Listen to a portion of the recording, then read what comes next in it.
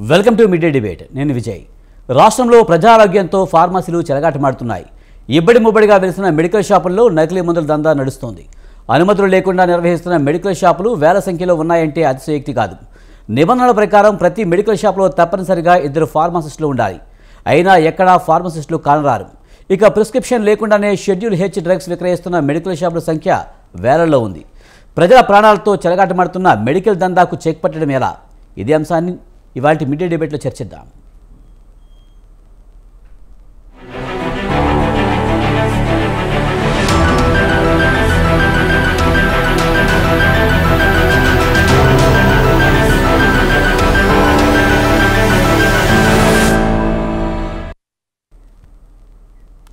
ఒకవైపు సీజనల్ వ్యాధులతో ప్రజలు అల్లాడుతుంటే దాన్ని క్యాష్ చేసుకునేందుకు మెడికల్ షాపులు సిద్ధంగా ఉన్నాయి. మెడికల్ షాపులు నిబంధనలు పాటించకుండా, ప్రిస్క్రిప్షన్ లేకుండా మందులు ఇవ్వడం, ఫార్మసిస్టులు లేకుండా షాపులు నడపడం మామూలు అయిపోయింది. అలాగే అధికారులు పెద్దగా దీన్ని పట్టించుకునే పరిస్థితి అయితే నెలకొని ఉంది. ఇక ఇదే అంశానికి సంబంధించి మనతో మాట్లాడేందుకు బాలరాజు గారు, తెలంగాణ ఫార్మా అసోసియేషన్ ప్రెసిడెంట్, అలాగే శ్రవణ్ కుమార్ గారు విశ్లేషకులు ఉన్నారు. వారితో మాట్లాడదాం. ముందుగా శ్రవణ్ కుమార్ గారు నమస్తే అండి. నమస్తే అండి సార్, ఒకవైపు సీజనల్ వ్యాధులతో ప్రజలు అల్లాడిపోతూ ఉంటే మరోవైపు మెడికల్ షాపులు నిబంధనలకు విరుద్ధంగా వెళ్ళిన వాళ్ళకి మందులు ఇవ్వడం కాడి నుంచి నిబంధనలకు విరుద్ధంగా మందులు అంటగడుతున్నారనే విమర్శలు ఉన్నాయి. ఎలా చూడాలి సార్? దీంట్లో 2 భిన్నమైనటువంటి విశ్లేషణ ఉంది. ఒకటి, మీరు అన్నట్టు ప్రిస్క్రిప్షన్ లేకుండా మందులు ఇవ్వడం అనేది, ఇది సహజంగా సగటు మధ్యతరగతి కుటుంబం, పేదవాళ్ళు, భారతీయ సంస్కృతి ఆలోచన, ఆర్థిక నేపథ్యం కూడినటువంటి అంశం. ఇకపోతే రెండవది, మెడికల్ షాపులు ప్రిస్క్రిప్షన్ చూసి ప్రిస్క్రిప్షన్ ఉంటే ఇవ్వాలి, ఇంకోటి ఫార్మసిస్ట్ ఇవ్వడం అనేది ఖచ్చితంగా చట్టపరంగా చర్య తీసుకోవాల్సిందే.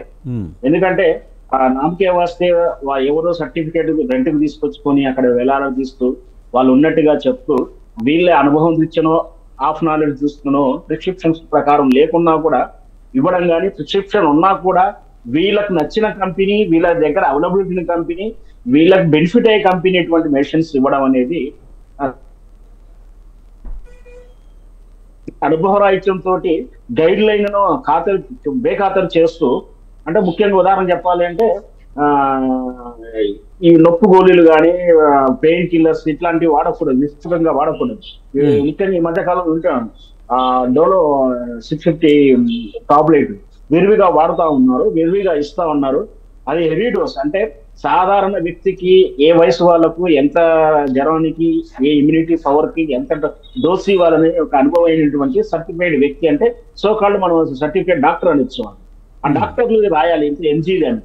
ఇవేమీ తెలియకుండా ఎవరు వచ్చినా కూడా heavy dose tablet, antibiotics tablets ఇస్తా ఉన్నారు. ఖచ్చితంగా అలాంటి వాటి మీద, అంటే నిబంధనల విరుద్ధంగా ఇచ్చేటువంటి మెడిసిన్స్ తీసుకున్న వాళ్ళని చట్ట ప్రకారం అనుమతులు లేకుండా, ఫార్మాసిస్ట్ లేకుండా. శ్రవణ్ కుమార్ గారు, మీరు చెప్తున్నట్టుగా ఆర్థిక నేపథ్యం గురించి కూడా చెప్పారు. చాలా మంది మనం చూస్తుంటాం, పేషెంట్ వచ్చే పెద్దగా హాస్పిటల్కి వెళ్ళి ప్రిస్క్రిప్షన్ తెచ్చుకుని చూపించుకుని వచ్చే పరిస్థితి ఉండదు. నిజానికి వాళ్ళు ఏంటంటే మనం మెడికల్ షాప్కి వెళ్తే ఏ తలనొప్పికో లేకపోతే కడుపు నొప్పికో ఒక టాబ్లెట్ ఇస్తాడు, మనం అది వేసుకుంటే సరిపోతుంది అన్న ఉద్దేశం ఉంటుంది. మీరు చెప్పినట్టు ఎలాంటి సిచ్యువేషన్లో అదే ఆ రోగం ఏంటి, ఆ రోగానికి ఎంతవరకు వాడాలి, దాని డోసేజ్ ఏంటని కూడా పెద్దగా వీళ్ళకి అవగాహన ఉండదు. వాళ్ళు కూడా ఏదో ఇచ్చేస్తూ ఉంటారు. ఇలాగే చెప్పబోతున్నాను. భారతీయుల్లో మన సగటు ప్రజల్లో ఏంటంటే వాటి గురించి పెద్దగా భయపడాల్సిన అవసరం లేదు. జ్వరానికో, తలనొప్పికో, కాలు నొప్పికో, తిమ్మిర్లకో ఏదో మనం వెళ్ళి టాబ్లెట్ తెచ్చుకోవచ్చు అనుకోవడం లేదు. వెళ్ళాలి అనుకుంటే డాక్టర్ వైద్యం ఈ రోజులో చాలా ఖరీదై కూరుకుంది. ఒక్కొక్క డాక్టర్ కన్సల్టింగ్ ఫీజు 500, 800, 1000 రూపాయలు, 1500, 2000 తీసుకునేటువంటి డాక్టర్లు ఉన్నారు. ఇంకా దరిద్రమైనటువంటి భావజాలం ఏంటంటే, అవి ఒకప్పుడు నాకు గుర్తున్నందుకు నా విషయ పరిజ్ఞానంలో 3 వారాలు చెల్లేది ఒక కన్సల్టింగ్ ఫీజు. ఒకసారి డాక్టర్ దగ్గరికి 50 రూపాయలైనా 100 రూపాయలు అయితే 3 వారాలు అంటే 21 రోజులు చెల్లేది. గతంలో నెల 2 నెలలు ఉండేదని చెప్పేవారు, కానీ అది నాకు పూర్వం అన్నట్టు. అంటే ఇప్పుడు మాత్రం వారం రోజులు ఒక విజిట్ కే ఒక ఫీజు. నెక్స్ట్ మీరు చెప్పినట్టు కొన్నిట్లయితే వన్ విజిట్ అవుతుంది, లేకపోతే 1 or 2 days మాత్రమే ఉంటుంది. ఇదొకటి ఏది ఎక్కడికి వెళ్ళినా కూడా స్కాన్లని, టెస్టులని, ఆ టెస్టులు కూడా వాళ్ళ హాస్పిటల్లో తీసుకోవాలి లేదా వాళ్ళు సూచించినటువంటి ల్యాబ్ లోకి వెళ్ళాలి. అంటే అనుమానంతో వెళ్ళినా లేదా నొప్పుతో వెళ్ళినా ఏం వెళ్ళినా డాక్టర్ దగ్గర వెళ్తే ఫీజుతో పాటు టెస్ట్ అని 3,000 5,000 బిల్ చేస్తున్నారు. ఒకవేళ ఆయనకి ఇన్సూరెన్స్ ఉందనో లేదా ఇతరత్ర ఉంటే వాడి పని అయిపోయినట్టు, ఒక 2 రోజులు అడ్మిషన్ చేయండి, వాడిని పంపించారు. వాడి ఆర్థిక స్టేటస్ ప్రకారం చూసుకొని వాడిని టార్గెట్ గా పిండేస్తున్నారు. ఈ ఫోబియాకు సగటు భారతీయుడు, పేదవాడు గాని మధ్యతరగతి కుటుంబం గాని డైరెక్ట్ హాస్పిటల్కి వెళ్లకుండా మెడికల్ షాప్ కి వెళ్ళి మొదటి ట్రయల్స్ చేసుకొని మెడిసిన్ తీసుకుంటున్నారు. అది జీవన శైలిలో రాజీ పడుతున్న వేరు. దీన్ని మార్చాలంటే డాక్టర్ విద్యా విధానం కానీ ఇవన్నీ కూడా మార్చడం పెద్ద కష్టతరమైన పని. దానికన్నా ముందు అసలు వీళ్ళు డ్రగ్జిస్ట్ లేకుండాను, ఫార్మసిస్ట్ లేకుండా ఇవ్వడం కానీ, ఇంకోటి వాళ్ళకు అనుభవం లేకుండా హెవీ డోసులు ఇవ్వడం కానీ, లేదా పర్సంటేజ్లు అండి, ఈ పర్సంటేజ్ల విషయం ఆకర్షణ పర్సంటేజ్ చెప్పంటే ఘోరంగా ఉంది. ఎందుకంటే ఒకే కంపెనీ ఒకే మెడిసిన్ ఒక కంపెనీలో ₹3 దొరికితే ఇంకో కంపెనీలో ₹300 ఉంటుంది. ఆ ₹300 85% డిస్కౌంట్ అంటారు. ఈ దీంట్లో కొన్ని బ్రాండెడ్ కంపెనీలు, బ్రాండెడ్ మెడికల్ షాపు రిటైలర్ ఉన్న బ్రాండెడ్ కంపెనీగా అవుట్లెట్ ఉన్న వాళ్ళు ఓన్ మ్యానుఫ్యాక్చర్ చేసుకోవడం, ఓన్ ల్యాబ్ తో టైఅప్ అయి వాటినే ఇవ్వాలని వాటిని డిస్కౌంట్ ఇస్తూ, అంటే ఒక కన్జ్యూమర్ గుడ్ అంటే కిరాణా షాపు వస్తువుల బ్రాండెడ్ వాళ్ళే ప్యాక్ చేస్తారు సూపర్ మార్కెట్లు, అవి కూడా ఉన్నాయి. అట్లా వాళ్ళే తయారు చేసి మెడిసిన్స్ కూడా ఇస్తున్నారు.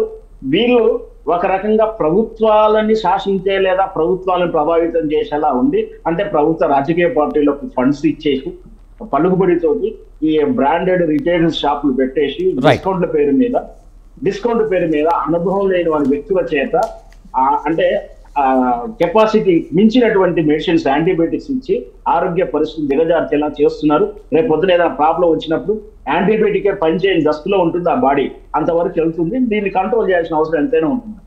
రైట్, మనతో పాటు వెంకటేశ్వర్లు గారు retired drugs inspector phone line అందుబాటులో ఉన్నారు, ఆయనతో మాట్లాడదాం. వెంకటేశ్వర్లు గారు నమస్తే అండి. నమస్తే సార్, మెడికల్ షాపులు నిబంధనలకు విరుద్ధంగా రోగులకు మందులు అంటగడుతున్నారనే విమర్శలపై మీరేమంటారు?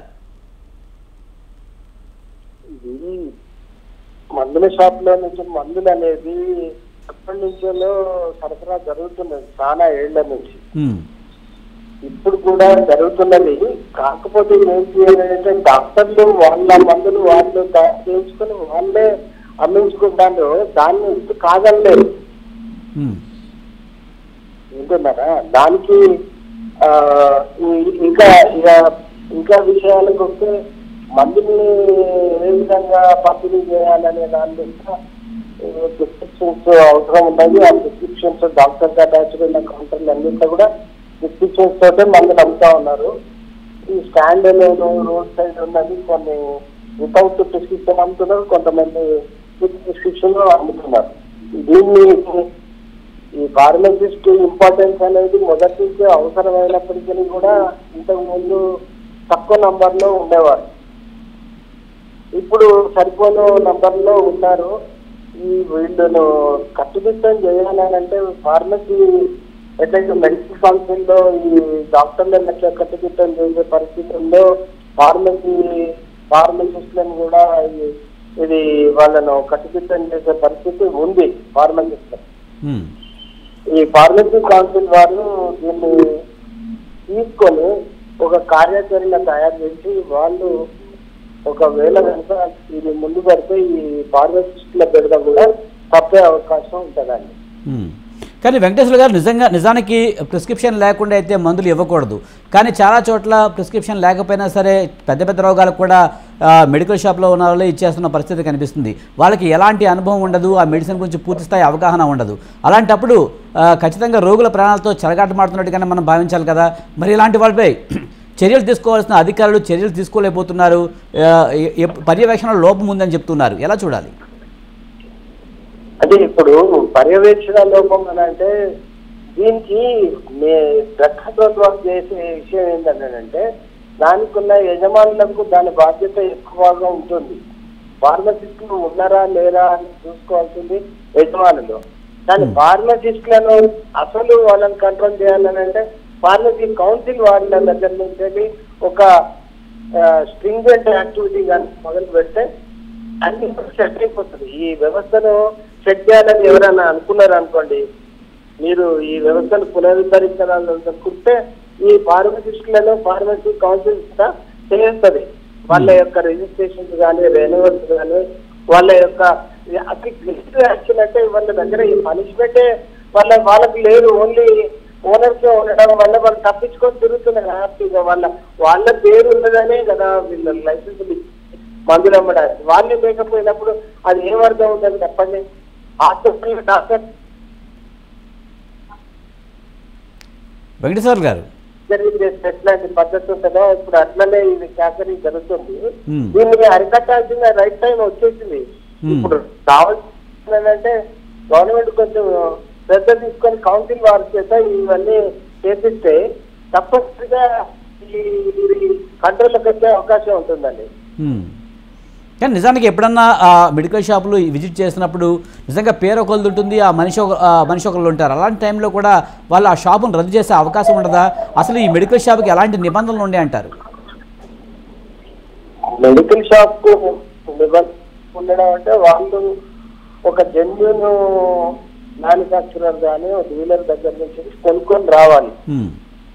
అవి ఏవి మందులన్నీ ఈ వచ్చిన మందులన్నిటిని కూడా కొన్ని ప్రిస్క్రిప్షన్ తోటి అమ్మేటి ఉంటాయి, కొన్ని ప్రిస్క్రిప్షన్ లేకుండా అమ్మేటి ఉంటాయి. వీటిని నిరోధించే విధానం గురించి కూడా ఫార్మసిస్ట్కే ఎక్కువ తెలుస్తుంది. కాబట్టి ఫార్మసిస్ట్ ఉన్నప్పుడు ఎక్కడ ఏ దోషం జరగకుండా సరి అయిన విధానంతో కొనడం కానీ అమ్మడం కానీ బిల్లులు ఇవ్వడం కానీ ప్రిస్క్రిప్షన్ చూడడం కానీ దాన్ని వెరిఫై చేసుకోవడం కానీ అన్నీ కూడా ఫార్మసిస్ట్ ఉన్నప్పుడే జరుగుతుంది. కాబట్టి ఫార్మసిస్ట్ ఉన్నప్పుడే వీళ్ళు లైసెన్సులు ఇస్తున్నారు. వాళ్ళను పక్కకు పెట్టి లైసెన్సులు వచ్చింది కదా అని చెప్పేసి ఓనరే వాళ్ళను పక్కకు ఓనర్లే నడిపించుకుంటే మరి ఇది సమయంలో మా ఇన్స్పెక్టర్ వచ్చినప్పుడు వాళ్ళు వచ్చి అక్కడ దూరంగా జరుగుతుంది అంటే ఈ ఏరియాలో ఇన్స్పెక్షన్లు జరుగుతున్నాయి వాళ్ళు ఇంట్లో ఉన్న వాళ్ళందరూ వచ్చి రావడం లేకుండా దొరకడం కరవడం జరుగుతుంది. కూడా 50% ప్రజెంట్ కనబడ్డది మాకు. రైట్, మనతో పాటు బాలరాజు గారు ఉన్నారు, ఆయనతో మాట్లాడతాము. బాలరాజు గారు, ముఖ్యంగా ప్రతి ఉన్నది ఫార్మసిస్టులు ఇప్పుడు 45,000 రిటైల్ షాప్స్ ఉన్నాయి ఇప్పుడు టోటల్ గా మన స్టేట్ లో. రైట్, నమస్కారం sir. Right right right Venkateswara గారు మీరు లైన్లోనే ఉండండి. మనతో పాటు బాలరాజు గారు ఉన్నారు, ఆయన మాట్లాడతారు. బాలరాజు గారు, మీరు ఎలా చూస్తారు? ముఖ్యంగా ప్రతి మెడికల్ షాప్లోనే ఒక ఫార్మసిస్ట్ ఉండాలి, కానీ నిజానికి ఫార్మసిస్టులు లేకుండానే కేవలం సర్టిఫికేట్లు మాత్రమే అక్కడ పెట్టుకుని ఓనర్సే మెడిసిన్ అమ్ముతున్న పరిస్థితి. వాళ్ళకి పెద్దగా అవగాహన లేకపోయినప్పటికీ ప్రజల ప్రాణాలతో చెలగాటమాడుతున్నారనే విమర్శలు అయితే వస్తున్నాయి. ముఖ్యంగా ఈ సర్టిఫికెట్లను ఎందుకు ఈ ఫార్మసిస్టులు ఉపయోగించుకోలేకపోతున్నారు? వారి వేరే ఉద్యోగాలకు వెళ్ళడానికి కారణం ఏమై ఉండొచ్చు? ఎస్, ఇదే విషయం గురించి దాదాపుగా 10 సంవత్సరాల నుండి తెలంగాణ ఫార్మా అసోసియేషన్ ఆధ్వర్యంలో ప్రతి ఫార్మసీలో రిజిస్టర్ ఫార్మసిస్ట్ ఉండాలనేసి పెద్ద ఎత్తున ఎక్కడ టెంట్ వేసినా ఎక్కడ ఉద్యమం చేసినా కూడా ఇలా ఈ వ్యవస్థలో ఏది ఉన్నా సరే ఫార్మసిస్ట్ ఉండాలనేసి నిరంతరమైన పోరాటం మనం చేయడం జరిగింది విజయ్ గారు. అదే విధంగా 2021 డిసెంబర్ లో డ్రగ్ కంట్రోల్ నుంచి ఒక సర్క్యులర్ కూడా రిలీజ్ చేయడం జరిగింది. 65/2 సర్క్యులర్ రిలీజ్ చేసినా కూడా సర్క్యులర్ ను ఏదైతే మెడికల్ షాపులు ఉన్నాయో వాళ్ళు అమలు చేయకపోవడం వల్ల ఇలా ఏదైతే నిరుద్యోగ ఫార్మసిస్టులకి ఇలా పుట్టగొడుతున్నారో అదే విధంగా పేద ప్రజలతోటి చెలగాట మారుతున్నారు. ఇలా SSC ఇంటర్మీడియట్ విద్యార్థులను ఇలా మెడికల్ షాపులలో వాళ్ళకు ట్రైనింగ్ ఇప్పించి ఇలా మెడిసిన్ ఇవ్వడం వల్ల ప్రజారోగ్యం దెబ్బతింటుంది. దీని వల్ల తక్షణమే ఇలా అల్టిమేట్ గా నష్టపోయేది ఎవరంటే సామాన్య పేద ప్రజలు. అదే విధంగా చదువుకున్నటువంటి B pharmacy, M pharmacy, PhD ఇలా ఎంతో మంది విద్యార్థులు ఇలా సంవత్సరానికి ఒక 10,000 మంది విద్యార్థులు బయటకు వస్తే వాళ్ళకు జీవనోపాధి లేక చాలా ఇబ్బందికి గురవుతున్నారు. ఇదే విషయము గౌరవ ముఖ్యమంత్రి రేవంత్ రెడ్డి గారు అదే విధంగా దామోదర్ రాజనరసింహ గారు చొరవ చూసాలని నేను కోరుకుంటున్నాను. అదే విధంగా ఇలా నాకు చాలా సంతోషం అనిపించింది ఏంటంటే స్వతంత్ర టీవీ వాళ్ళు ఒక స్టింగ్ ఆపరేషన్ చేశారు. ఆ స్టింగ్ ఆపరేషన్ లో రకరకాల నిజాలు వెలికిన మేము గత ఈ 10 ఏళ్లలో ఏదైతే ఉన్నదో ఆ నిజాలను ఇలా క్లారిటీగా అన్ని మీడియాలు కూడా ఇలా మూసుకున్న తరుణంలో స్వతంత్ర మీడియా ఒకటి బయటకు వచ్చి సార్ నాకు చాలా సంతోషం అనిపించింది. ఇలా దాదాపు మన 300 గ్రూప్లలో కూడా మీరు సర్క్యులేట్ అయింది. మన ఏదైతే మీరు స్టింగ్ ఆపరేషన్ చేశారో మీకు మా ఫార్మసిస్టుల పక్షాన ఖచ్చితంగా కృతజ్ఞత తెలియజేస్తున్నాను.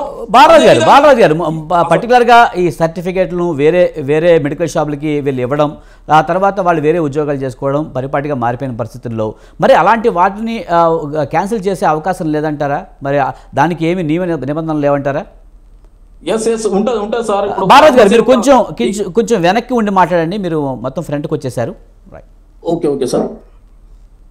వాస్తవానికి ఏదైతే రిజిస్టర్ ఫార్మసిస్టు నమోదు చేసుకుంటాడో, బి ఫార్మసీ కానీ డి ఫార్మసీ కానీ అయిపోయిన విద్యార్థులు ఎవరైతే ఉన్నారో ఫార్మసీ కౌన్సిల్ నమోదు చేసుకునేటప్పుడు వాళ్ళు అక్కడ ఏదైతే ఒక ఫార్మాట్ ఉంటుంది, నీకు స్టడీంగా లేకపోతే నీ స్టడీంగ్ అయితే నువ్వు కంప్లీటెడ్ నువ్వు వర్క్ చేస్తున్నావు దాన్ని బట్టి వాళ్ళకు నమోదు చేసుకుంటారు. నమోదు దాన్ని బట్టి వీళ్ళు ఏం చేస్తారంటే అక్కడ వర్కింగ్ అని పెట్టుకొని బయట ఎక్కడో ఫ్యాకల్టీ జాయిన్ అయ్యకుండా ఇక్కడ పెట్టడం వల్ల రెండుకి వేయడం వల్ల ఇలా నష్టపోతున్నాం. అల్టిమేట్ గా ఇక్కడ మన ఫార్మసిస్టులలో కూడా కొంతమంది ఈ రకంగా జరుగుతుంది. కాబట్టి తక్షణమే ఫార్మసీ కౌన్సిల్ కూడా దీని యాక్షన్ తీసుకోవాలి.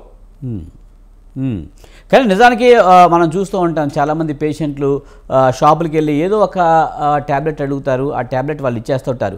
కానీ నిజానికి ఎవరైతే రోగి వెళ్ళారో ఆ రోగి పేషెంట్ హిస్టరీ అయితే వాళ్ళకి సరిగ్గా తెలియని పరిస్థితి. కానీ అతనికి బీపీ ఉండొచ్చు, షుగర్ ఉండొచ్చు, లేకపోతే ఇంకా ఇతర రోగాలు ఏదైనా ఉండొచ్చు. కానీ ఆ మెడిసిన్కి ఇది కరెక్ట్గా సెట్ అవుతుందా లేదనేది ఈ మందులు ఇచ్చే వ్యక్తికి అయితే తెలియని పరిస్థితి ఉంది కదా. అలాంటప్పుడు అవి రివర్స్ అయ్యే అవకాశం లేదంటారా? రోగికి ఇబ్బందులు కలిగించే అవకాశం లేదంటారా? ఖచ్చితంగా సార్. ఇలా ఒక డ్రగ్ కంపోజిషన్, దాని డ్రగ్ యొక్క మాలిక్యూల్ ఏంది, దాని కంపోజిషన్ ఏంది అని ఒక ఎవరైతే చదువుకున్న వాళ్ళకి తెలుస్తుంది. B pharmacy, M pharmacy, D pharm చేసిన వాళ్ళకి తెలుస్తుంది. ఇలా ఎస్ఎస్సి ఇంటర్మీడియట్ చేసిన వాళ్ళకి ఏం తెలియదు. ఒక 3 నెలలు అలా ఎగ్జాంపుల్ సార్, అపోలో మెడ్ ప్లేస్ లో ఏం జరుగుతుంది, 3 నెలలు ట్రైనింగ్ ఇప్పించే వానికి ఏం తెలియకుండా ఇలా ఏ షాప్ లో చూడు ఏ రిజిస్టర్ ఫార్మసిస్ట్ లేడు. ఇదే విషయం ప్రశ్నిస్తే మన మెడ్ ప్లేస్ లో పాపం ఈ 3 నెలలు ట్రైనింగ్ ఇప్పించి జాయిన్ అయిన విద్యార్థులు ఎవరైతే ఉన్నారో కీసర దగ్గర ఒక నాన్ ఫార్మసిస్ట్ చనిపోయాడు. వాళ్ళు టార్గెట్ లో ఒత్తిడి భరించలేక మెడ్ ప్లేస్ లో మీరు చూడండి, పోయిన నెల 6వ తారీఖు నాడు కీసరల హార్ట్ అటాక్ వచ్చి చనిపోయారు.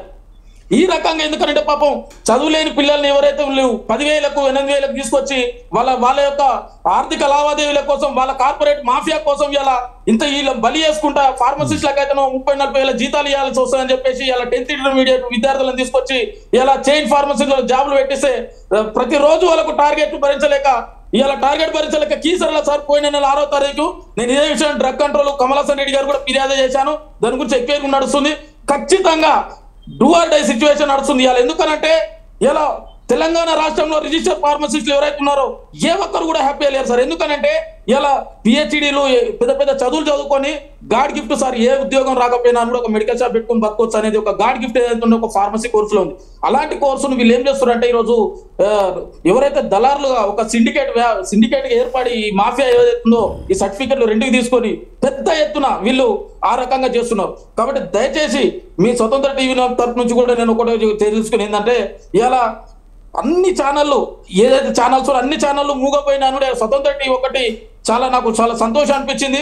ఎందుకనంటే గత 11 సంవత్సరాల నుంచి చూస్తున్నాం, ఏదో నిమ్మకు నీరెత్తినట్టు ఇలా మీ బులెటిన్ అన్ని సర్క్యులేట్ అయింది. అయిన తర్వాత రేపు పొద్దున డ్రగ్ ఇన్స్పెక్టర్లు తూతూ మాత్రం 3-4 రోజులు రైడ్ చేస్తారు, మళ్ళీ బంద్ చేస్తారు. ఏడున్న గొంగడ అన్ని అవుతుంది. ఇలా అకున్ సబర్ వాళ్ళ నుంచి మోలుకొని పెడుతున్న ఇప్పుడు ఉన్నటువంటి కమలాసన్ రెడ్డి వరకు ఏ డ్రగ్ కంట్రోల్ అడ్మినిస్ట్రేషన్ అయినా సరే వాళ్ళు యాక్షన్ మంచిగా తీసుకుంటారు. కానీ కింది స్థాయిలో డ్రగ్ ఇన్స్పెక్టర్లు ఎవరైతే ఉన్నారో కొంతమందికి ఈ సిండికేట్ అయ్యి ఈ వ్యవస్థను వాళ్ళు అస్తవ్యస్తంగా చేస్తున్నారు. దయచేసి దీని గురించి గౌరవ ముఖ్యమంత్రి రేవంత్ రెడ్డి గారిని కూడా ఇలా కలుస్తాము ఈ వీక్ లో.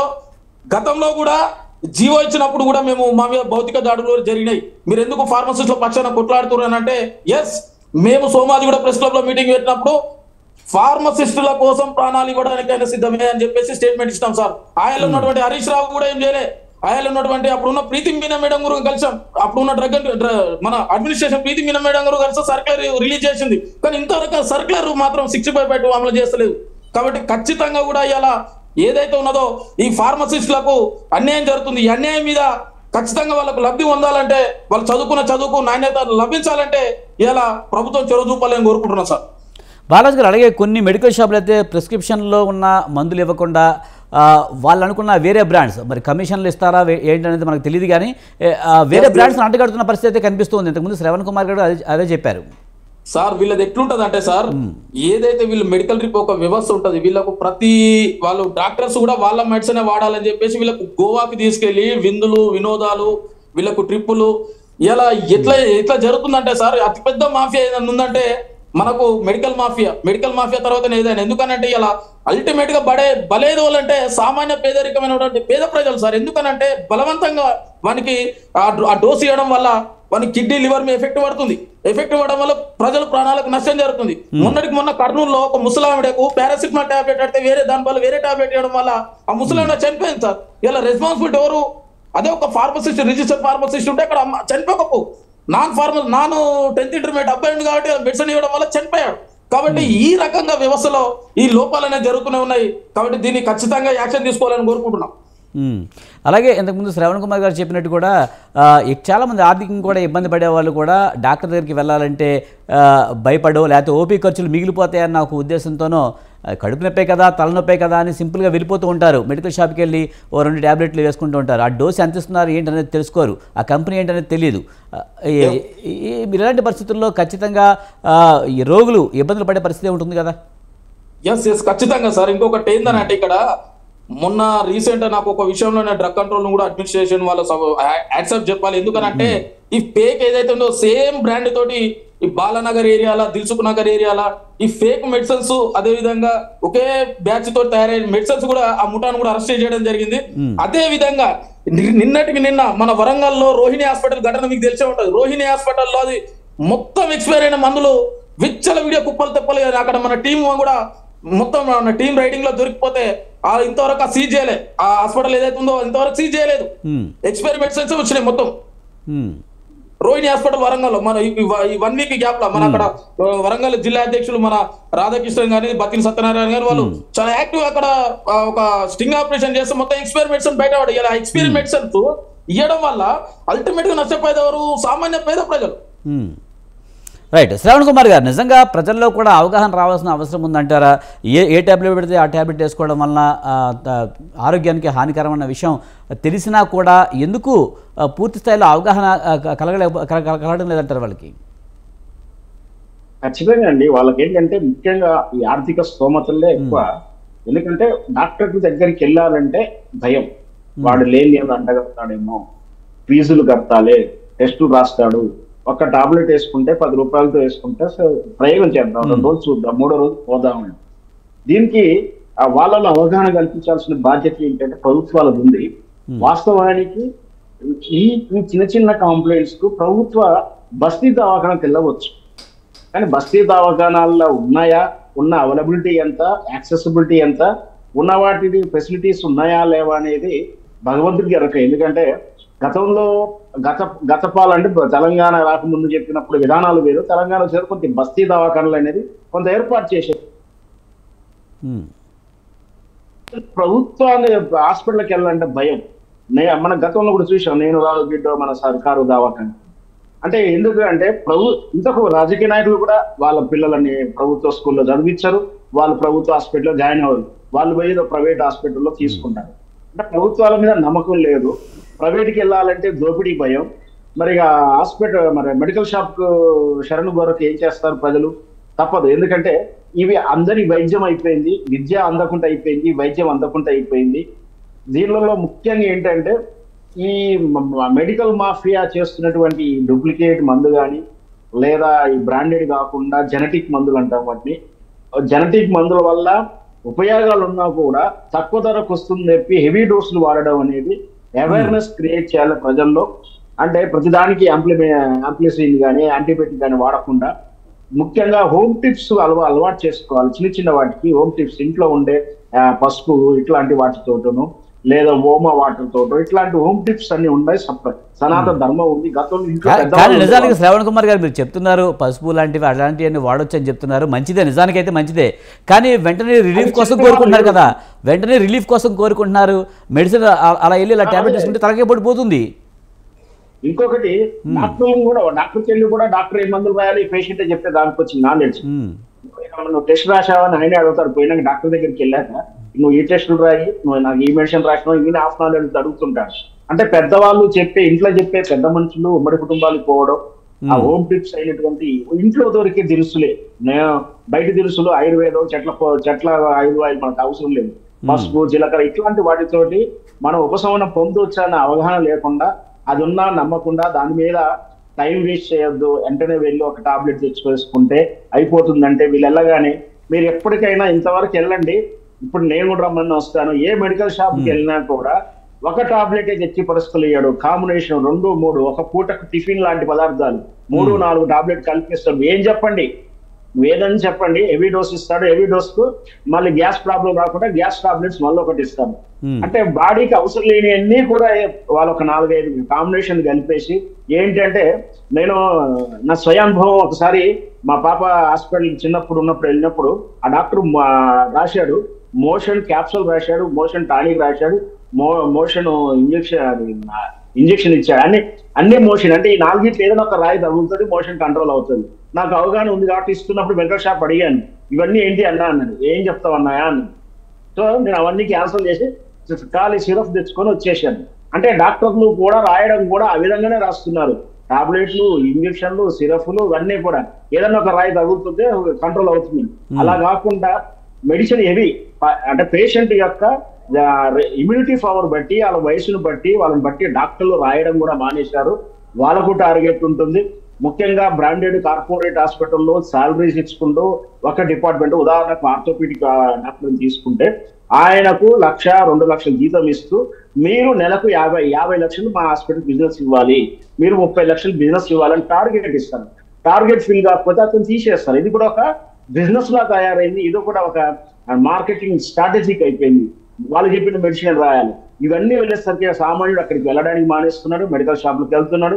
మెడికల్ షాప్కి వెళ్తున్న వీళ్ళనేమో ఫార్మసిస్టులు ఉన్నారు, వీళ్ళేమో మళ్ళీ మెడికల్ ఫార్మా కంపెనీతో టైఅప్ అయ్యి లో రకం కానీ, నాసి రకం కానీ, లేదా హెవీ డోసులు కానీ ప్రజలకు ఇస్తా ఉన్నారు. వీటన్నిటి కారణం అంటే ప్రజల్లో పేదరికం ఉండడం, ప్లస్ ప్రజల్లో అవగాహన లేకపోవడం. ముఖ్యంగా ప్రజలకు చిన్న చిన్న విషయంలో అవగాహన కల్పించి హోమ్ టిప్స్ పాటించడంలో కానీ, లేదా దగ్గరలో ఉన్నటువంటి బస్తీ దవాఖానకు వెళ్లాల్సిన అవసరాన్ని, బస్తీ దవాఖానలో ఉన్నటువంటి ఆ ఫెసిలిటీస్ ను చూపించగలిగితే ఈ మెడికల్ మాఫియాల కొంతవరకు కంట్రోల్ అవుతుంది.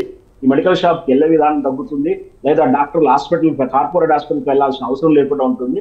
ముఖ్యంగా వాళ్ళ మీద కఠిన చర్య తీసుకోవాలి, ప్రజల అవగాహన పెంచాలి. అప్పుడు మాత్రమే కొంచెం కంట్రోల్ అవుతుంది. రైట్. వెంకటేశ్వర్లు గారు, ముఖ్యంగా కార్పొరేట్ డాక్టర్లు అయితే కొంతమంది అవసరం ఉన్నా లేకపోయినా ఎక్కువగా మెడికల్ చెకప్లు చేయడం, అలాగే మందులు కూడా ఎక్కువగా రాయడం లాంటివి ఎక్కువ చేస్తున్నారనే విమర్శలు కూడా వస్తున్నాయి. ముఖ్యంగా ఈ మెడిసిన్ ఎక్కువ సేల్ చేయాలనేది కూడా టార్గెట్గా పెట్టుకున్నారు, ప్రజల ప్రాణాలతో చెలగాటమాడుతున్నారనే మాట వినిపిస్తూ ఉంది. వెంకటేశ్వర్లు గారు రైట్, ఆయన లేనట్టున్నారు. బాలరాజు గారు మీరు చెప్పండి, ఈ టార్గెట్ పెట్టుకుంటున్నారనుకోవచ్చా ఈ మెడిసిన్ సేల్ చేయడం కోసం కూడా? బాలరాజు గారు ఒక్క నిమిషం అండి. బస్సు దవాఖాన అంటే బాలరాజు గారు బస్సు దవాఖానలో ఫార్మసిస్ట్ లేడండి, రిజిస్టర్. బాలరాజు గారు, ఆయన వెంకటేశ్వర గారు ఉన్నట్టున్నారు ఫోన్ లైన్ లో. వెంకటేశ్వర గారు, నేను ఏం చెప్తున్నానంటే ఈ డ్రగ్ లో ఏమైతుందంటే ఇంటరాక్షన్స్ ఉంటాయండి. 2-3 రకాల ఇంటరాక్షన్స్ ఉంటాయి. థెరపటిక్ ఇంటరాక్షన్స్ అని, ఫిజికల్ ఇంటరాక్షన్స్ అని, కెమికల్ ఇంటరాక్షన్స్ అని.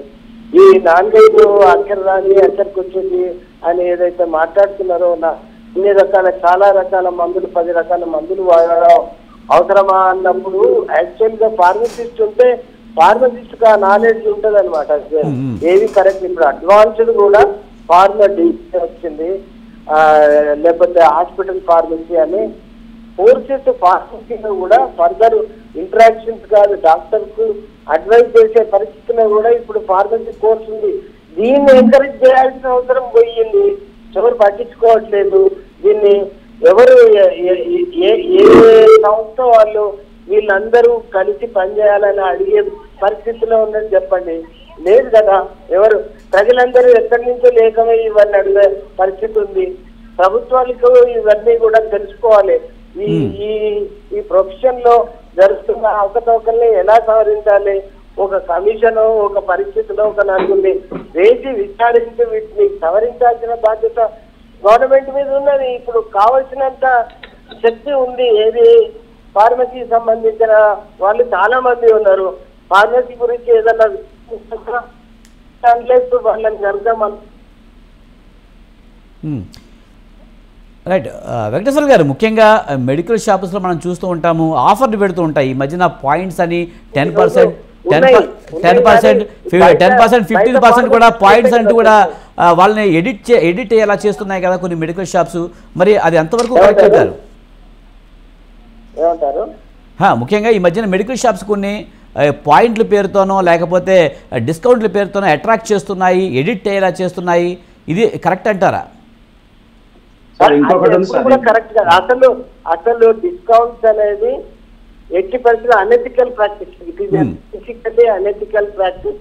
Nobody should lure any patient or any person to get the drugs to be taken from his shop.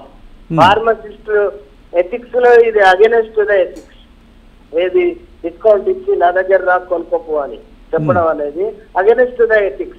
It is not tenable. కానీ medical షాప్లు యథేచ్ఛగా పెడుతున్నాయి కదా. ఇప్పుడు మెడ్ప్లస్ లేకపోతే అపోలో లాంటి పెద్ద పెద్ద కార్పొరేట్ మెడికల్ షాపుల్లో 5% అని లేకపోతే పాయింట్లు అని పెడుతున్నాయి కదా. మరి అలాంటి యాక్షన్ తీసుకునే అవకాశం లేదంటారా? నేను జర్నీలో ఉన్నాను, మీకు ఇబ్బంది అవుతుంది అర్థమది. రైట్ శ్రీనివాస్ గారు, రైట్ నాది ఒక పాయింట్. ఇంకో శ్రీనివాస్ గారు, రైట్ ఆయన కట్ అయినట్టున్నారు. బాలరాజ్ గారు మీరు ఎలా చూస్తారు? విజయ్ గారు శ్రవణ్ కుమార్ గారు చెప్పండి. ఇంకొకటి మెడికల్ షాప్లలో అంటే ఆ ఇండివిజువల్ మెడికల్ షాప్ కాకపోతే ఇప్పుడు chain system branded medical shop లో ఒక దరిద్రం ఉంది. ఏంటంటే వాళ్ళు బిల్ ఇవ్వమంటే ఫోన్ నెంబర్ అడుగుతారండి. ఫోన్ నెంబర్ ఇస్తే గానీ బిల్ రాదంటారు. అవును, మనం ప్రిస్క్రిప్షన్ తీసుకున్నా బిల్ ఇవ్వండి, మార్కులు వస్తాయి, మీకు ఫోన్ నెంబర్ చెప్పండి, పాయింట్స్ వస్తాయితో పాటు నాకు బిల్ వద్ద, ఫోన్ నెంబర్ లేదు, బిల్ రాదంటున్నాడు. నేను కంప్లీట్ చేస్తా అన్నప్పుడు అప్పుడు ఏదో ఫోన్ నెంబర్ కొట్టి ఇచ్చాడు. అప్పుడు కూడా మళ్ళీ కంప్లీట్ చేస్తా అంటే అప్పుడు తీసేసి ఇచ్చాడండి. అంటే వాళ్ళు ఒక ఫోన్ నెంబరు పెట్టుకొని వాళ్ళు దాన్ని కలెక్ట్ చేసుకొని మళ్ళీ మెసేజ్లు పంపించడము, వాళ్ళ డేటా అమ్ముకోవడం వేరే విషయం. కానీ మనకు డిస్టర్బెన్స్ కాల్స్ వస్తూ ఉంటాయి. నేను ఎందుకు డిస్టర్బ్ అవ్వాలి అంటే ఇది కూడా నోట్ చేసుకోవాల్సింది. అంటే వాళ్ళంతా ఒకవైపు మెడిసిన్ అమ్ముకుంటుంటే ఇంకోవైపు marketing strategy, promotion strategy, data తీసుకెళ్ళి అమ్ముకోవడం, ఇట్లా దీని మీద కూడా కంప్లైంట్ ఇవ్వాల్సి వస్తుంది అండి. ఖచ్చితంగా ఇవ్వాలి. దీని మీద కూడా ఇంకోటి నోట్ చేసుకోవచ్చు. ఎందుకంటే ఫోన్ నెంబర్ లో కూడా బిల్ రాదని చెప్పడం అనేది అది మనకి నాలెడ్జ్ ఉంది కాబట్టి మేము అడిగాము. సామాన్య పరిస్థితి ఏంటంటే అది తప్పు కదా. అట్లా చేయడం వాళ్ళు కంపల్సరీ ఫోన్ నెంబర్ గట్టిగా మనం మాట్లాడదాం అంటే పాపం ఆ పిల్లగాడు అక్కడ ఉండే పిల్లగాడు 20,000, 30,000, 15,000 జీతగాడు అంతే. అసలు వాళ్ళు అక్కడ ఉండడు. మనం వాళ్ళ మీద జుడుసుగా మాట్లాడలేము. ఎందుకంటే వాళ్ళు కడుపు కోసం పనిచేస్తున్న పిల్లలే కాబట్టి నేను కూడా వాళ్ళని ఎక్కువ రిస్ట్రిక్షన్ ఏం చేయలేదు. అంటే ఇట్లా మెడికల్ షాప్ వాళ్ళు ఒకవైపు నాసి రకం అమ్మడం, లేదంటే హెవీ డోసులు ఇవ్వడము, లేదంటే చిన్న దానికి కూడా పెద్ద డోసు 500. శ్రవణ్ కుమార్ గారు ఇంతకుముందు వెంకటేశ్వర గారు మాట్లాడుతూ కూడా ఒక మాట అన్నారు. నిజానికి 5%, 10% డిస్కౌంట్లు, పాయింట్లు అనేది ఇవ్వడం అనేది ఎథికల్ కాదు. అయినప్పటికీ కూడా కొన్ని మెడికల్ షాపులు అయితే బిజినెస్ చేస్తున్నాయని చెప్తున్నారు. మరి ఇలాంటి వాటిపై మరి అధికారులు ఎందుకు చర్యలు తీసుకోలేకపోతున్నారంటూ అనుకోవాలి? ముఖ్యంగా కార్పొరేట్ అంటుందంటారా? రాజకీయ ఒత్తిడి ఉందండి వాళ్ళ మీద. పెద్ద మాఫియా అంటే సార్ చెప్పిన పెద్ద మాఫియా నడుస్తుందండి. ఈ రాజకీయ నాయకుల మాఫియాలో 2 మాఫియాలు నడుస్తున్నాయి. ఒకటి మైనింగ్ మాఫియా లీడింగ్ ఉంది, బొగ్గు ఇట్లా ఫ్యూయల్ మాఫియా వాళ్ళు రాజకీయ పార్టీలను శాసిస్తున్నాయి. పార్టీ రాజకీయ వ్యక్తిని కాదు, పూర్తి రాజకీయ పార్టీని, ప్రభుత్వంలో అధికారంలోకి వచ్చే పార్టీ సమూహాన్ని లీడ్ చేసే పరిస్థితి ఉంది. మెడికల్ మాఫియా కూడా అలాగే ఉంది. ప్రపంచ వ్యాప్తంగా మెడికల్ మాఫియా ఉందని చెప్పి చాలా సార్లు మనం విన్నాం. రేపు భవిష్యత్తులో కూడా ఈ ప్రభుత్వాలని, ఈ దేశాలను నడిపించేది ఈ మెడికల్ మాఫియా అని కూడా చెప్పడం కూడా ముందస్తు చెప్తూనే ఉండదు. అంటే ఎంత భారీ ఎత్తున ఉందో అర్థం చేసుకోవచ్చు. అంటే 10 రూపాయల టాబ్లెట్ 300 రూపాయలకు అమ్ముతూ ఆ 290 రూపాయలని ఈ మాఫియా ఏ విధంగా అధికారులకు వీళ్ళందరికీ పర్సంటేజ్లు అమ్మిన వాళ్ళకు గోవాలు, థాయిలాండ్ అండి వాళ్ళు తీసుకెళ్లేది. గోవాలు, థాయిలాండ్ తీసుకెళ్తున్నారు డాక్టర్లను. ఇక మనం అర్థం చేసుకోవచ్చు వాళ్ళు ఏ విధంగా ప్రొవోక్ చేస్తున్నారో. వాళ్ళు టార్గెట్ పెట్టేసి మన మీద రాస్తా ఉంటారండి. మా నాన్నగారికి అనుభవం నాకు. అన్ని టెస్టులు అయిపోయినాక మళ్ళీ ఒక టెస్ట్ అని చెప్పి 90,000 రూపాయల టెస్ట్ రాశాడండి. 65,000 రూపాయల టెస్ట్ రాశాడు. ఏం లేదు, దీనివల్ల మీరు ఫైండ్ అవుట్ అవుతుందా అంటాడు. ఫైండ్ అవుట్ అవ్వదని తెలుసు. మేము డిశ్చార్జ్ అయ్యి వస్తా అంటే ఆయన ఏమన్నాడంటే మళ్ళీ 4 రోజుల తర్వాత మళ్ళీ మీకు రిపీట్ అవుతే మళ్ళీ మొదలు కానీ టెస్టులు చేయాల్సి వస్తుంది. అప్పుడు ఇప్పుడు జరిగిన 40,000 టెస్టు మళ్ళీ 65,000 టెస్ట్ చేయాల్సి వస్తుంది అంటే తల ఉంచుకొని మళ్ళీ చేయించామండి. దాని ద్వారా ఏం లేదు అంటే ఒక సైకలాజికల్ గా వాళ్ళు భయపెట్టిస్తూ టార్గెట్ ఫిల్ చేస్తూ ఆ డాక్టర్ స్పష్టంగా చెప్తున్నాడు. నెలకు 2-3 టెస్టులు చేయాలని చెప్తుంటాడు ఆయన. 2 ఆయన టార్గెట్ చేయకపోతే ఆయన జాబ్ పోతుంది. డాక్టర్ ఏది కార్పొరేట్ హాస్పిటల్ డాక్టర్ 2 లక్షలు 3 లక్షలు జీతం తీసుకునేవాడు. అంటే ఇక్కడ సామాన్యుడు అక్కడికి వెళ్ళలేకపోవడం కారణం అది వాళ్ళ మెడికల్ షాప్ ఆశ్రయిస్తే వీళ్ళు ఈ రకమైన దోపిడీ చేస్తున్నారు. అంటే ఇక్కడ రెండు వైపులు, అంటే ఒకవైపు కార్పొరేట్ డాక్టర్లని కంట్రోల్ చేస్తూ ఈ మెడికల్ షాపులని రిటైల్ షాపులని ముఖ్యంగా చైన్ సిస్టమ్ లో ఉన్నటువంటి బ్రాండెడ్ మెడికల్ షాపుల మీద ఖచ్చితంగా కంట్రోల్ చేయాలి. ట్రాన్స్పరెన్సీ విధానం రావాలి. ఏదన్నా కూడా అంటే ఆ సర్టిఫికెట్స్ అక్కడ ఉండాలి, లేదా డ్రగ్గిస్ట్ ఎవరైతే ఉన్నారో ఆ ఫార్మసిస్ట్ ఎవరైతే ఉన్నారో షాప్ లో ఉన్నట్టు రోజు రికార్డ్ చేయడము, రోజు దాని వీడియో రికార్డ్స్ అట్లాంటిది మాన్యువల్ అటెండెన్స్. ఇప్పుడు మనం గవర్నమెంట్ టీచర్లకు థంబ్ పెట్టే విధానం వచ్చింది సెంట్రలైజ్. అన్నారు ఒక నిమిషం, ఇదే విషయం మీద ఖమ్మం కలెక్టర్ గారు సీసీ కెమెరాలు విత్ బయోమెట్రిక్ పెట్టాలనేసి ఆల్రెడీ జీవో కూడా ఇష్యూ చేశారు ఖమ్మం కలెక్టర్ గారు. దాన్ని ఇక్కడ కూడా ఇంప్లిమెంట్ చేస్తారు. డ్రగ్ కంట్రోల్ కూడా వాళ్ళకు రిఫర్ చేయడం జరిగింది ఇదే విషయం మీద 2022. మీరు చెప్పిన ప్రకారం చెప్తే కలెక్టర్ నెల రోజుల్లో ట్రాన్స్ఫర్ చేసి ఉండాలి.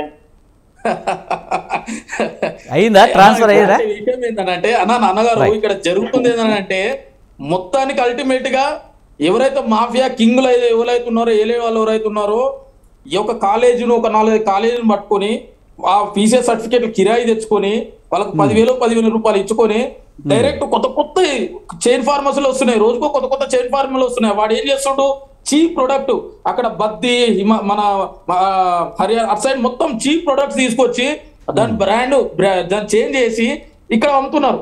బలవంతంగా రుద్దుతున్నారు ఆఫర్ల పేరుతో 85% ఆఫర్ అని బలవంతంగా చీప్ జనరిక్ ప్రొడక్ట్ ను 85% ఆఫర్ అని పెట్టి పేద ప్రజలకు బలవంతంగా రుద్దుతున్నారు.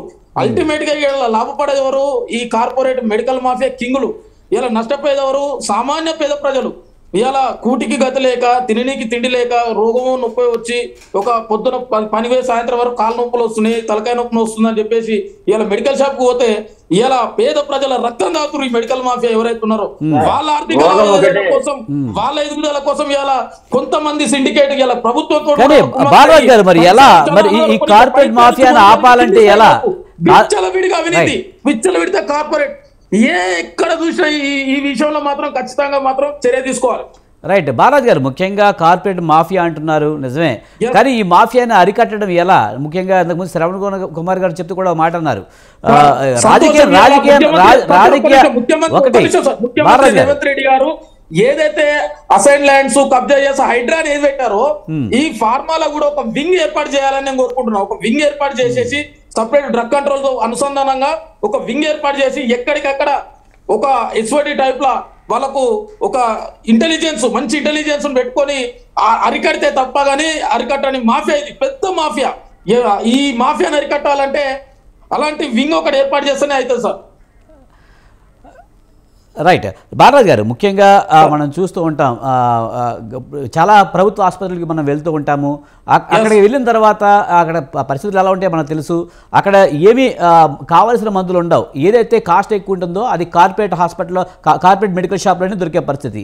మరి ఎలా చూడాలి సార్? ఇక్కడ ఒకటి ఏంటంటే ఈ మెడికల్ ప్రభుత్వ హాస్పిటల్కి వెళితే కూడా ఇక్కడ ఒక లిటిగేషన్ ఉంది. ఏంటంటే ఏదైతే కొన్ని హై స్టాండర్డ్ మెడిసిన్స్ ఉంటాయి, హై స్టాండర్డ్ మెడిసిన్స్ వాళ్ళు పక్కదారి పట్టించి కావాలని చెప్పేసి బయట ఉన్న మెడికల్ షాపులతో కుమ్మక్కయి వాళ్ళకి పర్సెంటేజ్లకు కమిషన్ మాట్లాడుకొని ఈ రకంగా పేద ప్రజలకు అక్కడ కూడా అన్యాయమే. ఇక్కడ స్కానింగ్ రూపంలో అన్యాయమే, అదేవిధంగా మెడికల్ మందుల పరంగా కూడా అన్యాయమే.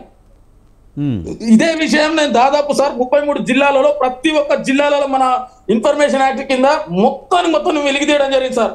మన టీం గ్రౌండ్ వర్క్ లో ఎంత కష్టపడారంటే అంత కష్టపడరు. ఎందుకనంటే ఎన్ని చేసినా కూడా సార్ ప్రభుత్వాలు మారుతుంటాయి పోతుంటాయి, కానీ అల్టిమేట్ గా నష్టపోయేది సార్ ఇలా సామాన్య పేద ప్రజలు సార్. ఇలా వాళ్ళకు కానీ ఇదంతా సిస్టమ్ మారాలంటే ప్రభుత్వాల్లో ముఖ్యంగా అవగాహన రావాలి. వాళ్ళు దారిలో పెట్టాల్సిన వాళ్ళకే కమిషన్లు వెళ్తాయి.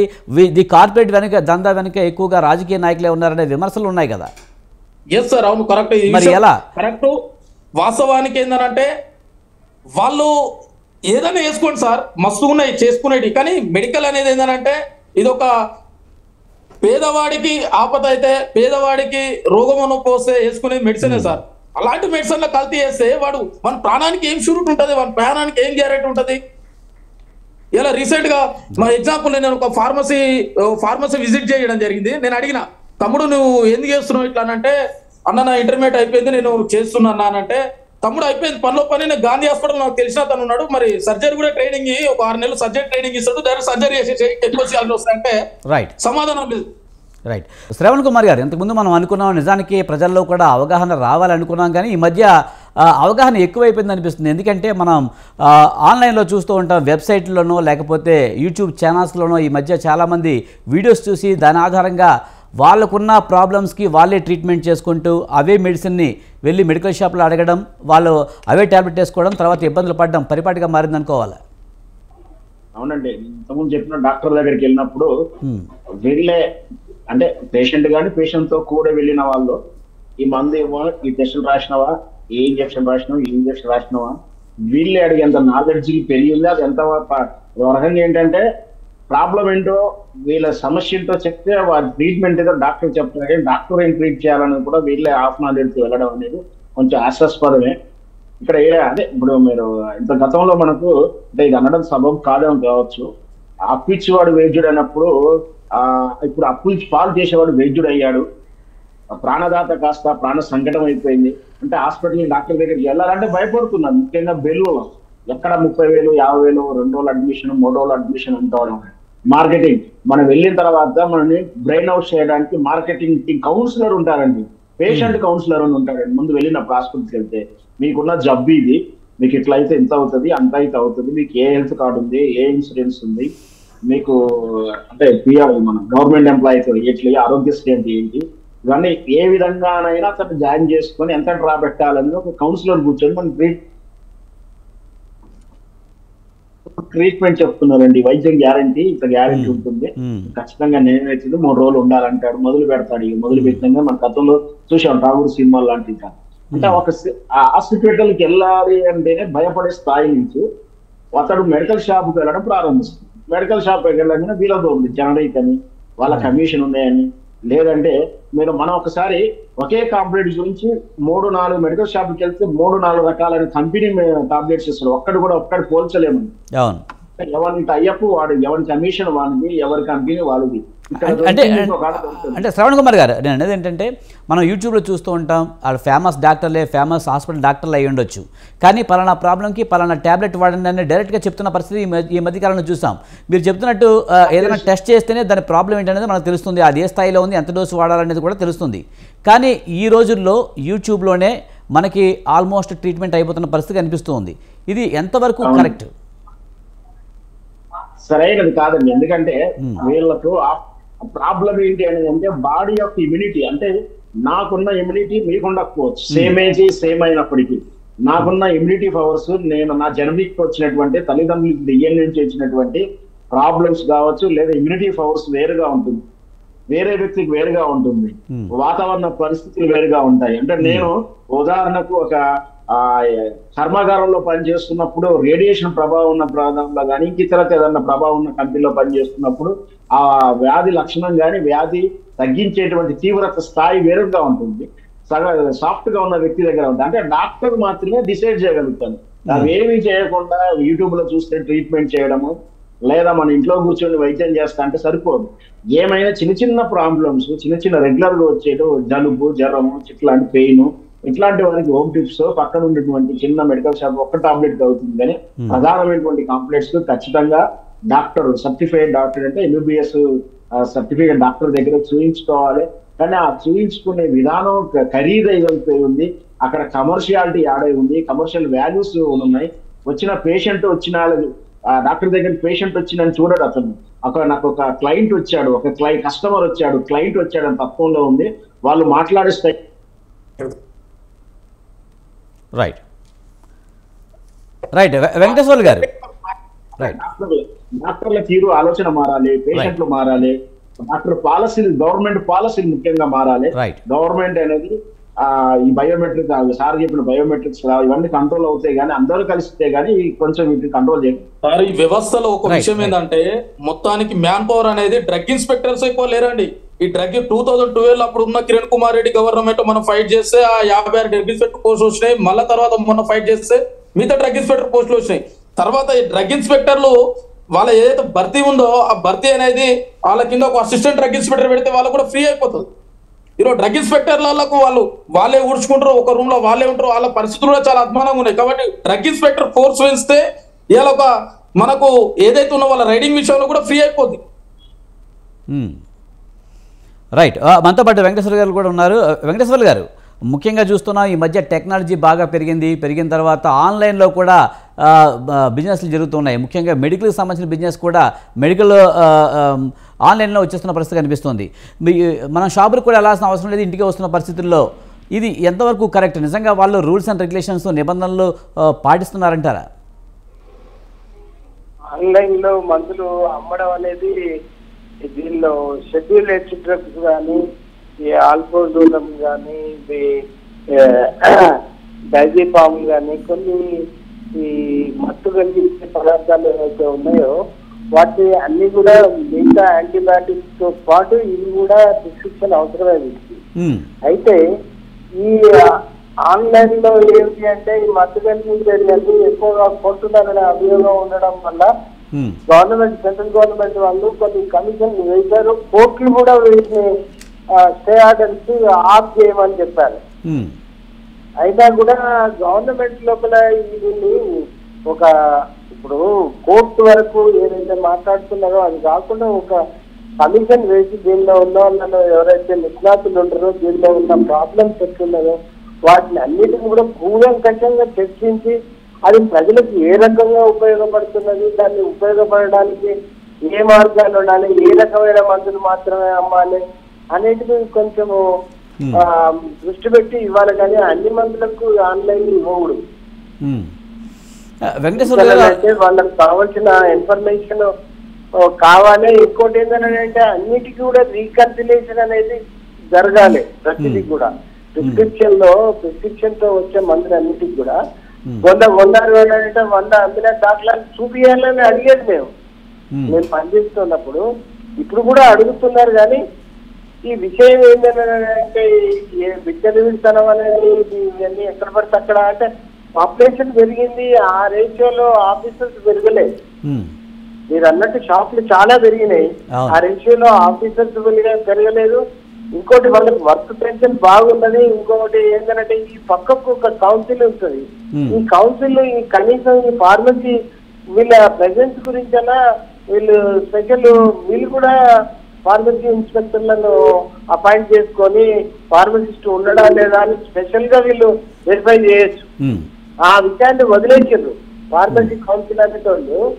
ఈ మెడికల్ షాప్లలో ఫార్మసిస్ట్ ఉండడా లేదా వెరిఫై చేసే బాధ్యత, ఈ వృత్తి సరైన విధానంలో జరుగుతున్నదా లేదా చూడాల్సిన బాధ్యత వాళ్ళ దగ్గరే ఉన్నది ఎక్కువ. ఎవరి దగ్గర? ఫార్మసీ కౌన్సిల్ వాళ్ళ దగ్గర ఉన్నది. ఈ కౌన్సిల్ కూడా ఇన్ని రోజులు సరిగా నడవక వాటిని మురుగబెట్టి అసలు కొంతమందిని అపాయింట్ చేయక మొన్న ఏదో ఎలక్షన్స్ అయినాయి. ఆ తర్వాత ఇంకా కొంతమందిని నామినేట్ చేయాలి మెంబర్స్ ని.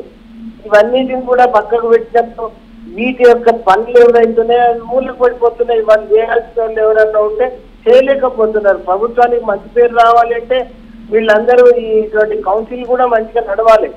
వాళ్ళు ఉన్న బాధ్యతలన్నీ పూర్తిగా వాళ్ళు ఉపయోగిస్తే ఈ ప్రొఫెషనల్ డెఫిసిట్ ఏదైతే గ్యాప్ ఉన్నదో ఇది పోతుంది. పోయినప్పుడే కదా డాక్టర్ చేయాల్సిన పని డాక్టర్ చేసినప్పుడు ఫార్మసిస్ట్ అనేటోడు వాడు ఇది ఎక్కువగా రాసిందని కనుక నిర్ణయించుకుంటే వాడు ఇది లాస్ట్ డాక్టర్ ఇవన్నీ ఎందుకు సార్ మరి వాళ్ళు 4-5 ఉంటే సరిపోతుంది 10 గాలు రాశారని అడగొచ్చు, తప్పులేదు.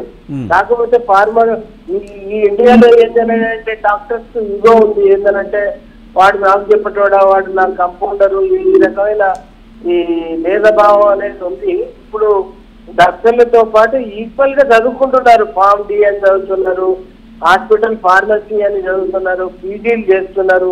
వీళ్ళ దగ్గర ఇంటరాక్షన్స్ ఏవైతే ఓ డ్రగ్ ఇచ్చినప్పుడు ఇంకో డ్రగ్ ఇస్తే ఏ రకమైన అపాయకరమైన ఇది ఏర్పాటు అవుతుంది అనే విషయాన్ని కూలంకషంగా వాళ్ళ దగ్గర రికార్డ్స్ ఉంటే వాళ్ళకి చెప్పగలుగుతారు. వెంకటేశ్వర గారు, అలాగే మనం చూసుకుంటే కనుక ముఖ్యంగా జనరిక్ మెడిసిన్ వైపు ఎందుకు ప్రజలు వెళ్ళట్లేదంటారు? ఎందుకంటే రేట్ తక్కువగా వస్తుందన్న ఒక చిన్న చూపు ఏమన్నా ఉందంటారా, లేకపోతే కార్పొరేట్ మాయలో పడ్డారంటారా ప్రజలు కూడా? ఇప్పుడు జనరిక్ మందులు వేరే ఉద్దేశం అండి. జనరిక్ మందులలో 90% తక్కువ ధరలో ఇవ్వడానికి కోసమే ఉంటాయి అవి. అయితే ఇవన్నీ జనరిక్ మందులు అనేది ఏవైతే ఉన్నాయో ఇవన్నీ కూడా ఆల్రెడీ ఎస్టాబ్లిష్డ్ కాబట్టి, అంటే లాంగ్ బ్యాక్ ఓన్లీ వాటికి కావాల్సిన గుణగణాలన్నీ ఉన్నాయి కాబట్టి అవన్నీ ఇవాళ తక్కువ ధరకు ఎందుకు అమ్ముతున్నారు అంటే ఒక మెడికల్ రిప్రజెంటేటివ్ ఒక ఇది ఉండదు, వాళ్ళు దాని బ్రాండ్ ఇది వాడు పెంచుకోవడానికి ఇవన్నీ ఖర్చులన్నీ తీసేయడం వల్ల దాని యొక్క ధర ఎక్కువ వస్తుంది అంతే తప్ప వాటిల్లో మందులు లేకపోవడం అనేది, నాణ్యత లేకపోవడం అనేది ఎవరో అది చెప్పిన అది తప్పు మాట అనమాట. అది ఎందుకోసం అంటే అందరికి అందుబాటులో ఉండే ధరలు. కాకపోతే ఒకటి ఏంటంటే కన్స్యూమర్ ఫోరం నుంచి అదే డ్రగ్ పారాసిటమాల్ అనుకోండి, పారాసిటమాల్ బయట 1 రూపీ ఉన్నప్పుడు అది దానికి లోపల వాళ్ళు 20 రూపాయలు 30 రూపాయలకు ఒక షీట్ అమ్మినప్పుడు అది సారీ తక్కువ ధరకు రూపాయికి ఒక టాబ్లెట్ వస్తుంది, ఏది సీలింగ్ ప్రైస్ తోటి. ఇప్పుడు అదే మీరు జనరిక్ వాడింది అనుకోండి 40 పైసలకు 50 పైసలకు టాబ్లెట్ అమౌంట్ ఏది జనరిక్ షాప్ లో. అయితే గవర్నమెంట్ మనం ఒకటి అడగొచ్చు, అదే 50 పైసలు ఎంఆర్పి ఎందుకు మీరు ముద్రించారు, దాని మీద కూడా రూపాయనే ఉంటది కానీ 50 పైసలకే ఇస్తారు. సో ఇటువంటి కొన్ని ఇంపార్టెంట్ ఉన్నాయి. దీనికి మీరు అన్నట్టు కన్స్యూమర్ ఫోరం కానివ్వండి, వినియోగదారుల మండలులు కానివ్వండి, వినియోగదారులు కానివ్వండి, స్వచ్ఛంద సంస్థలు కానివ్వండి, వీళ్ళందరిలో ఇవన్నీ ఏంటంటే ఒక యాక్ట్ ను ఉన్న యాక్ట్ ను కొంత మాడిఫై చేసో లేకపోతే దాన్ని ఏ రకంగా వాడితే ఎఫెక్టివ్ గా మనం ఈ యాక్ట్ ను నిజంగా చెప్పాలంటే ఫార్మసిస్ట్ లేకపోతే ఫార్మసిస్ట్ మీద కేసు పెట్టమనండి, కోర్టులో కేసు పెట్టమనండి, వాళ్ళకి పనిష్మెంట్ వస్తుంది.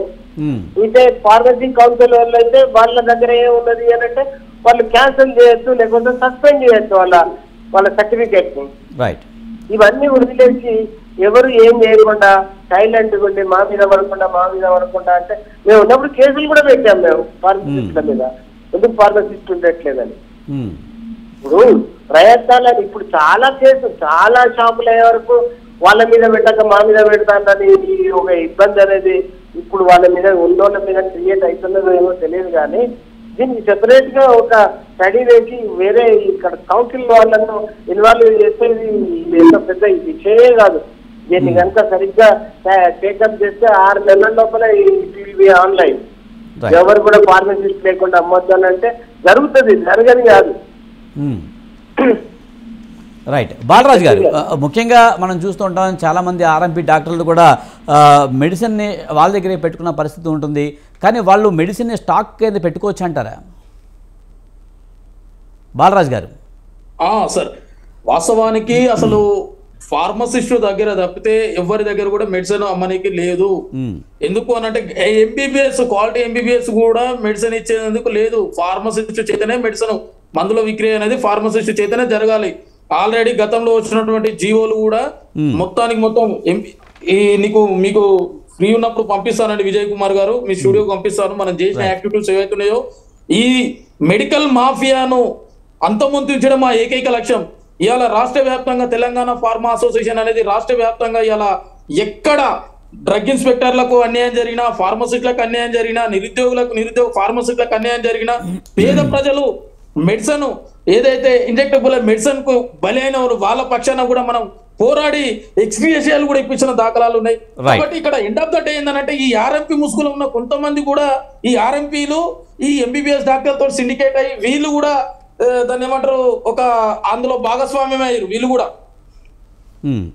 Okay, right. Thank you Balaraju గారు డిబేట్లో పాల్గొన్నందుకు. అలాగే వెంకటేశ్వర్లు గారు, శ్రవణ్ కుమార్ గారు, థ్యాంక్ యూ వెరీ మచ్ అండి డిబేట్లో పాల్గొన్నందుకు. ఇది ఇవాల్టి మీడియా డిబేట్. చూస్తూనే ఉండండి స్వతంత్ర.